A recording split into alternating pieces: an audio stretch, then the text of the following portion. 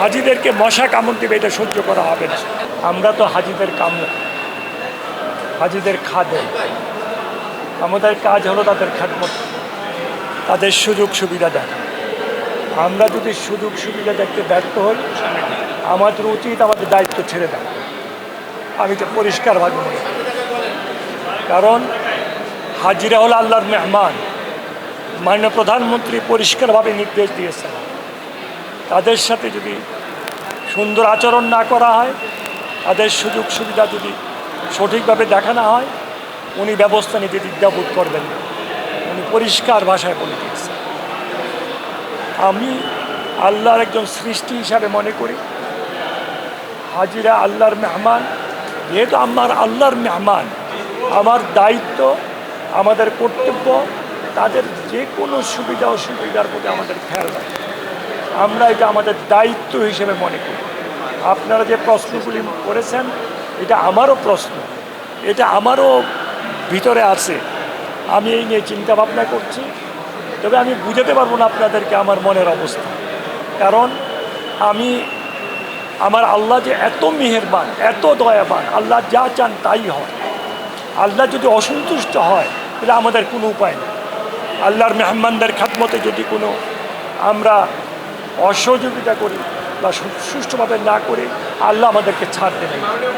আমি আপনাকে সবিনয় অনুরোধ করব, আপনারা হজ যাত্রী যারা এখানে অবস্থান করছে তাদের সাথে কথা বলুন।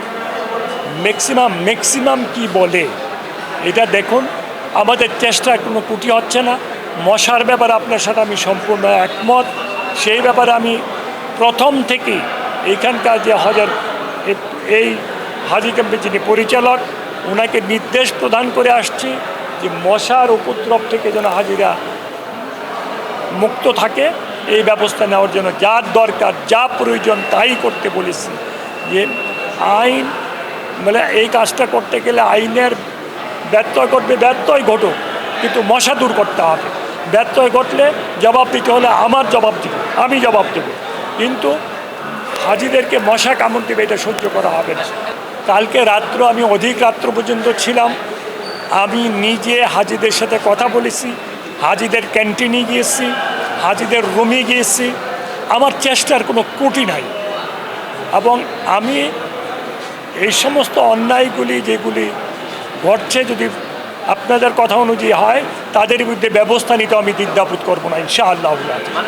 মাননীয় প্রধানমন্ত্রী নিজের থেকে ইচ্ছা প্রকাশ করেছেন, উনি প্রথম হাজি ক্যাম্পে আসবেন, হাজি ক্যাম্প পরিদর্শন করবেন, তারপরে উনি এয়ারপোর্টে যাবেন। মাননীয় প্রধানমন্ত্রী তো জনগণের প্রধানমন্ত্রী, সাধারণ মানুষের প্রধানমন্ত্রী। উনি সবসময় তাদের কথাই চিন্তা করেন। তারা যদি বলে, তাহলে এটার ব্যবস্থা আমরা নেব। আর সত্যটা সবসময় বলা উচিত।